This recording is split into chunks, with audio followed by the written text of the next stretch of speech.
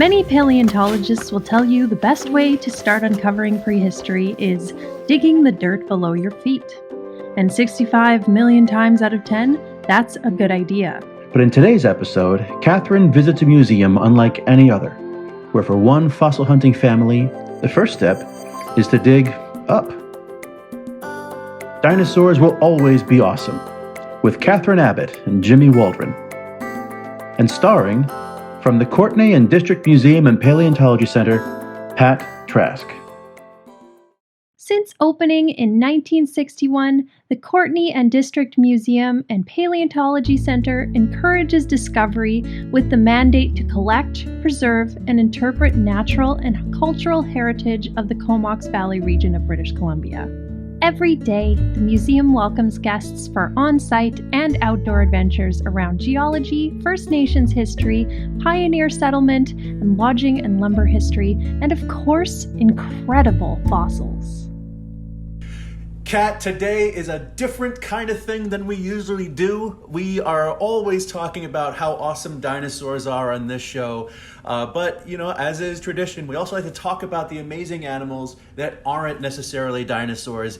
And today is particularly special because we have something of a bit of a revelation that's going to be happening here.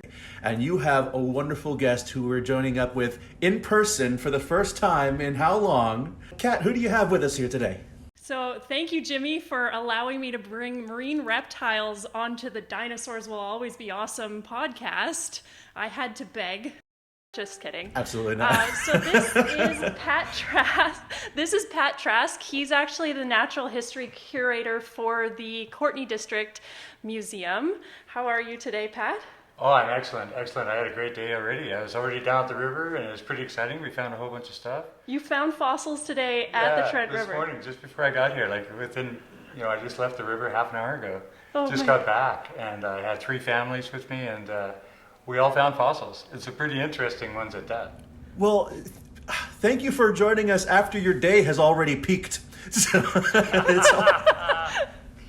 it's all downhill from here now, Pat. I appreciate you. So we have a bunch of things that we like to talk about here on the show, and every interview we begin with starts with a single question, and it's vitally important, and nothing can continue until we know the answer to this. Pat Trask, what's your favorite dinosaur? I don't know about dinosaurs.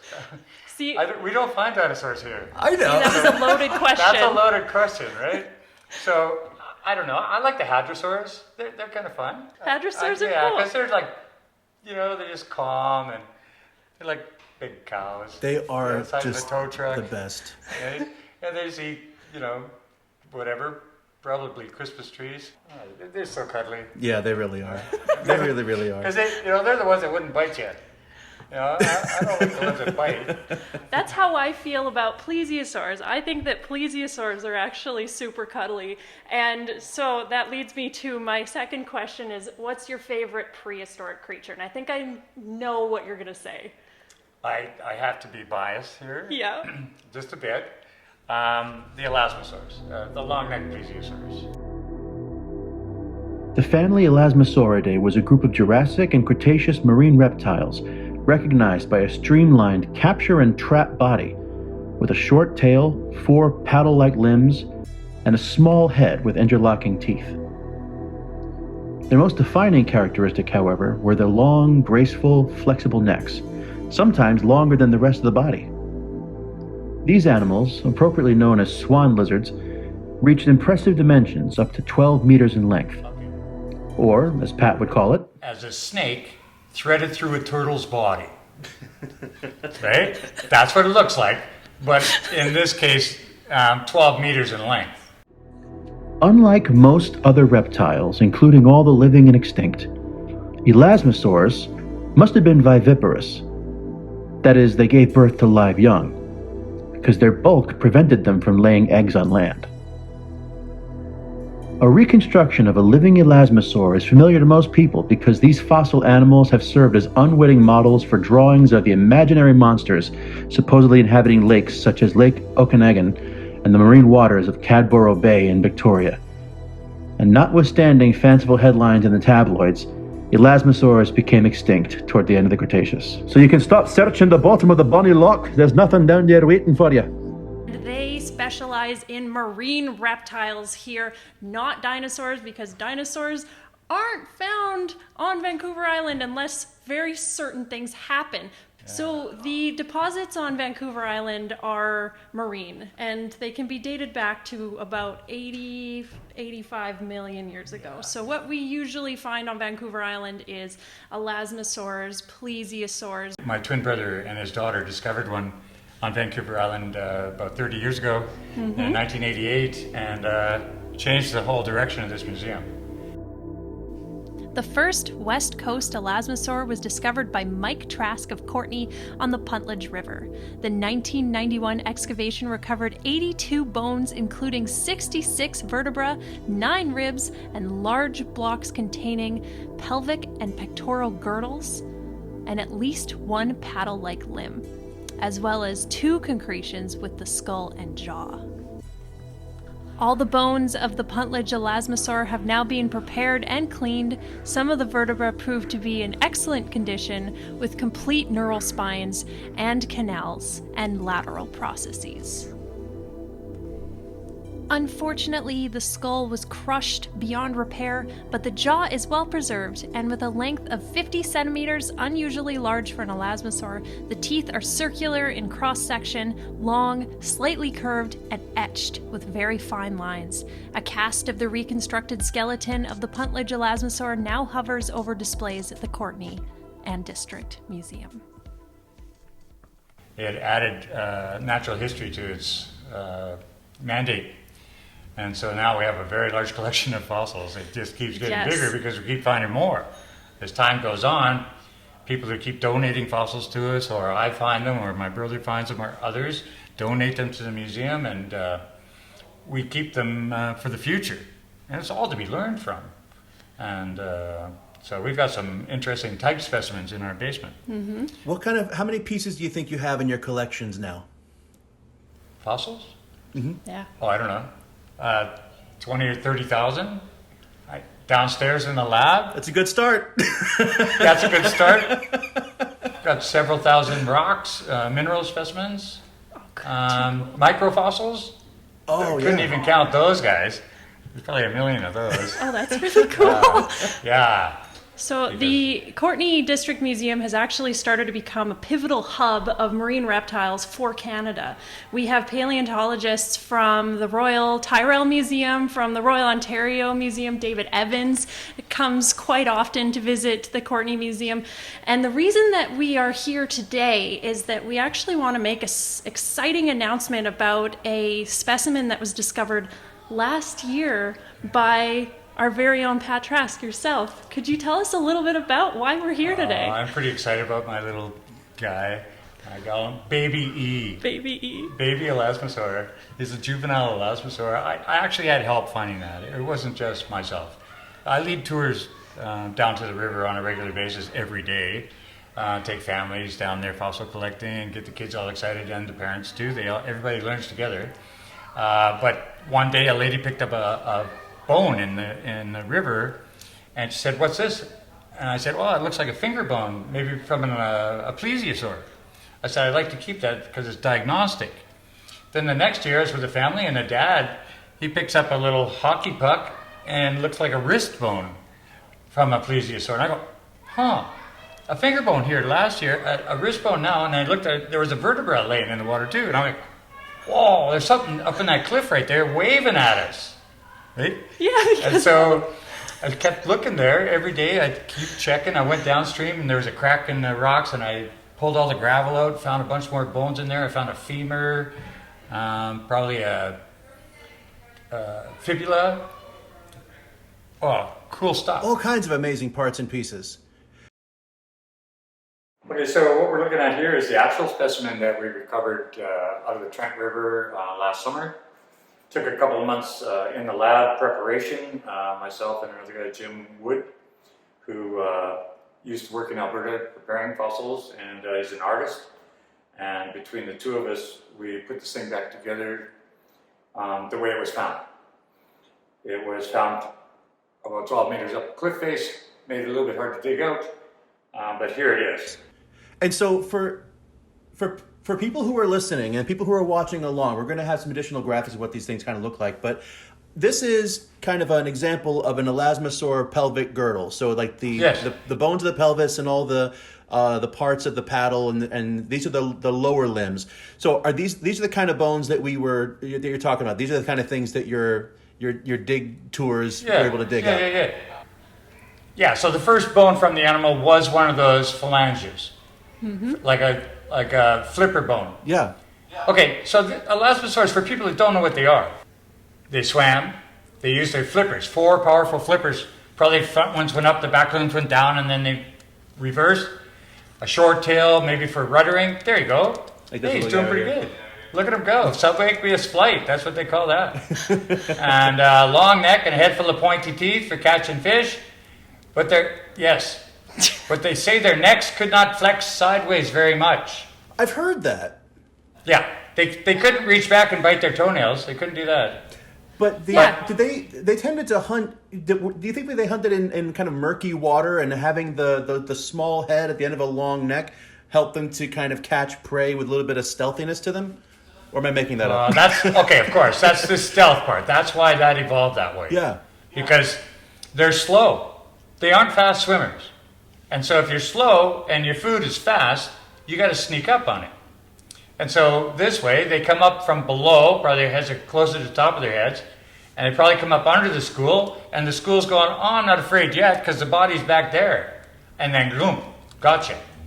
But I think they also probably ate diving birds, like Hesperornis or something like that, that was like floating on the surface. There was that flightless bird there that swam.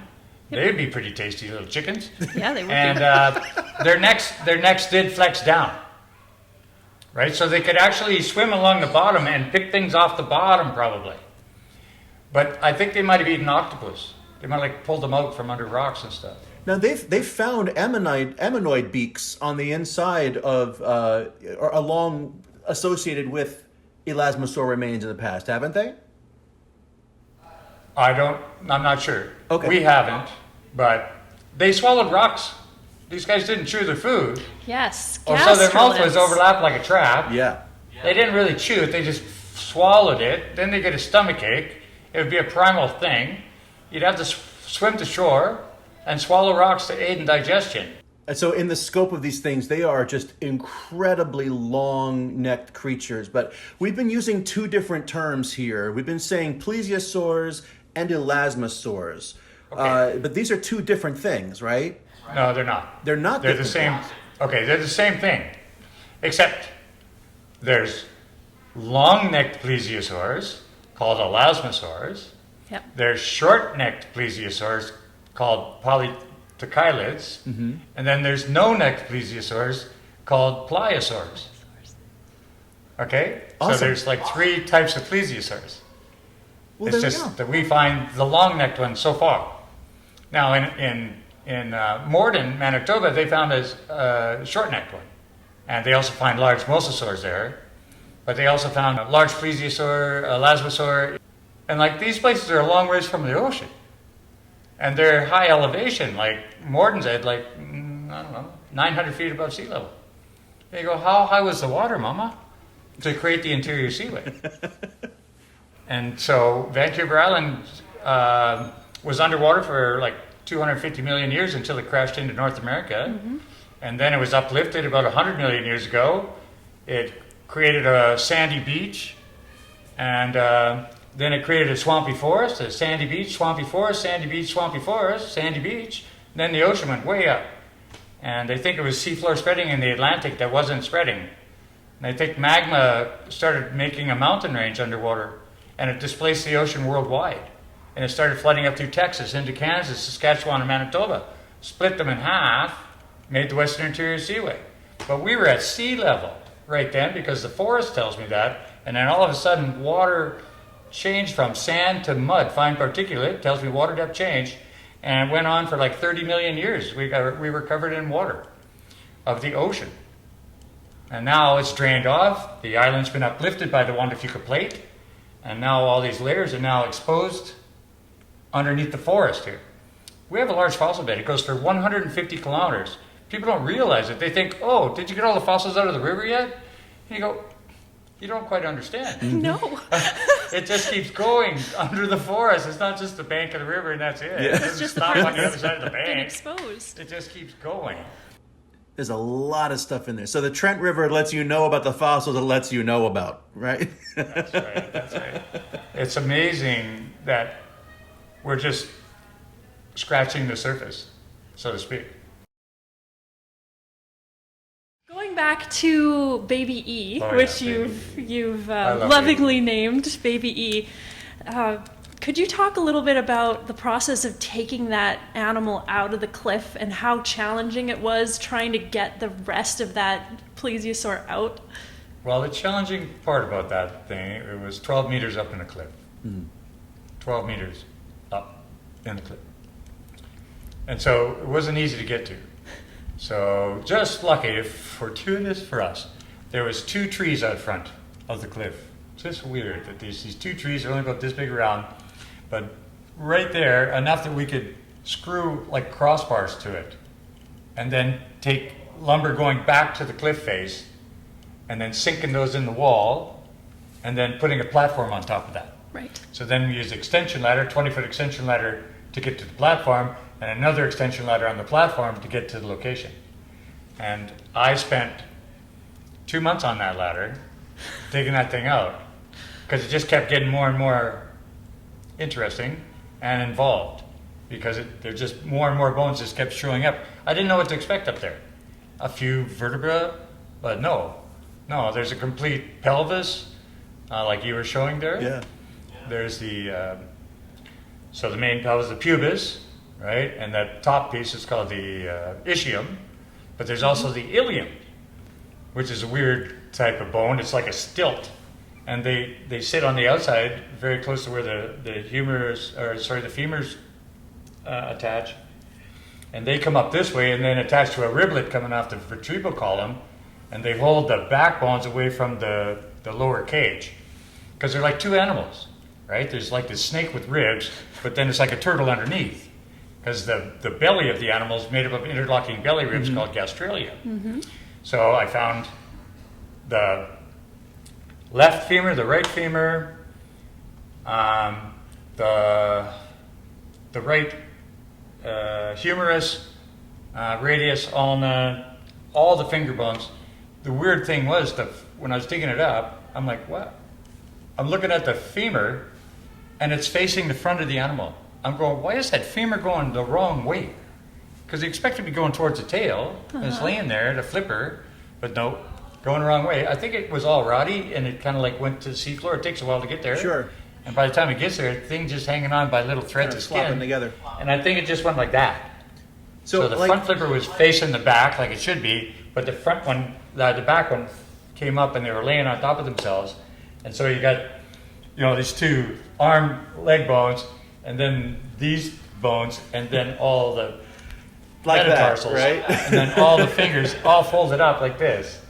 And so there's Oh, fascinating. probably That's so like interesting. maybe 100 finger bones there. No neck No neck. or head. Okay. I found a half a tooth in his stomach, along with like 200 rocks.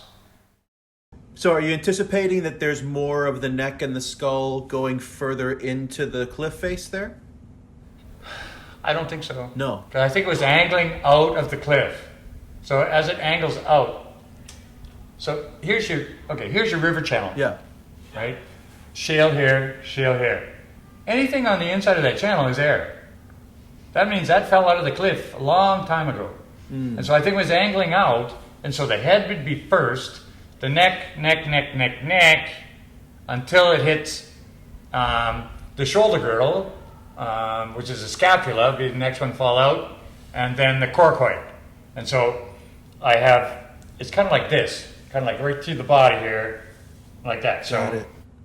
that part from there up is missing because that's what came out of the cliff first. Is so there- the head could have gone downstream, but here's the thing. Yeah. I was looking at it yesterday. I was there staring at that cliff going, oh, I hope the head is there, and it's going to be 5 meters, or no, maybe about 2 or 3 meters from where I was digging the body out, because that's their body and their head and neck are about the same length.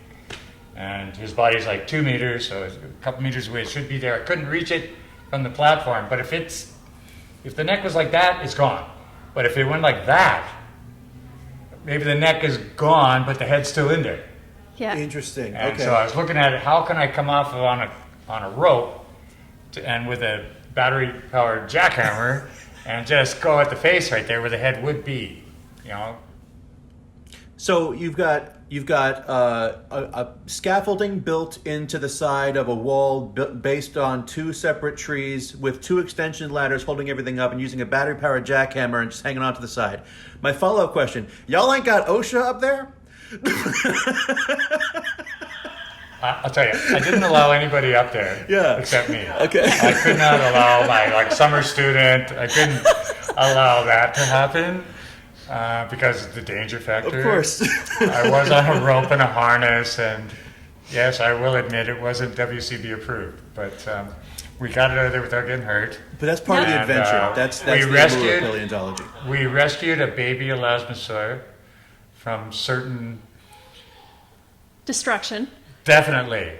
Certain destruction, because it would have fallen out and been lost to time. It would have been. And so we've rescued it, and everybody's pretty excited.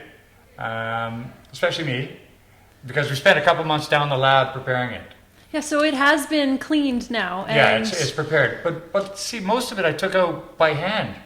The shale wasn't sticking to those bones. the matrix is a dream to work with. This one, anyways, with a nice sharp chisel. Happiness is a sharp chisel. I think what everybody in at least the Vancouver Island paleontological community is hoping for is that the Trasks are honored for finding these 2 elasmosaurs, and we can hopefully have an elasmosaur be something Traskuli, is what everybody is hoping for. I know that that's what I want. Mm-hmm. I know that's what a lot of people I talk to want. So we're hoping that by the discovery of this new juvenile elasmosaur, maybe through research and study, we can actually get a name for this little guy. Well, so unfortunately the skulls aren't there, but maybe they are. Maybe there'd be enough that maybe there's enough that they could name it. I was working on the thing because I wanted to find a head. I really did. I was really hoping that we could get it named, and even if it doesn't honor my family, that's fine too, because we know who we are and what we've done for the community here. Time of the dinosaurs, this part of Vancouver Island was under the ocean. So we find elasmosaurs and mosasaurs and turtles. Pat Trask and his brother Mike have unearthed an incredible variety of prehistoric marine life from the domain of British Columbia. The discovery of baby E and the implications for marine reptile families and nurseries is still a mystery waiting to be solved. And while the bones of these 2 exciting elasmosaurs draw the attention of researchers from around the world, the rallying call is to find a way to ensure that the name of the Trask brothers is remembered as well. Discovering one of the first known baby elasmosaurs is a shining moment for the region, and the Comox Valley community loves a good legacy. Elasmosaurs will always be awesome.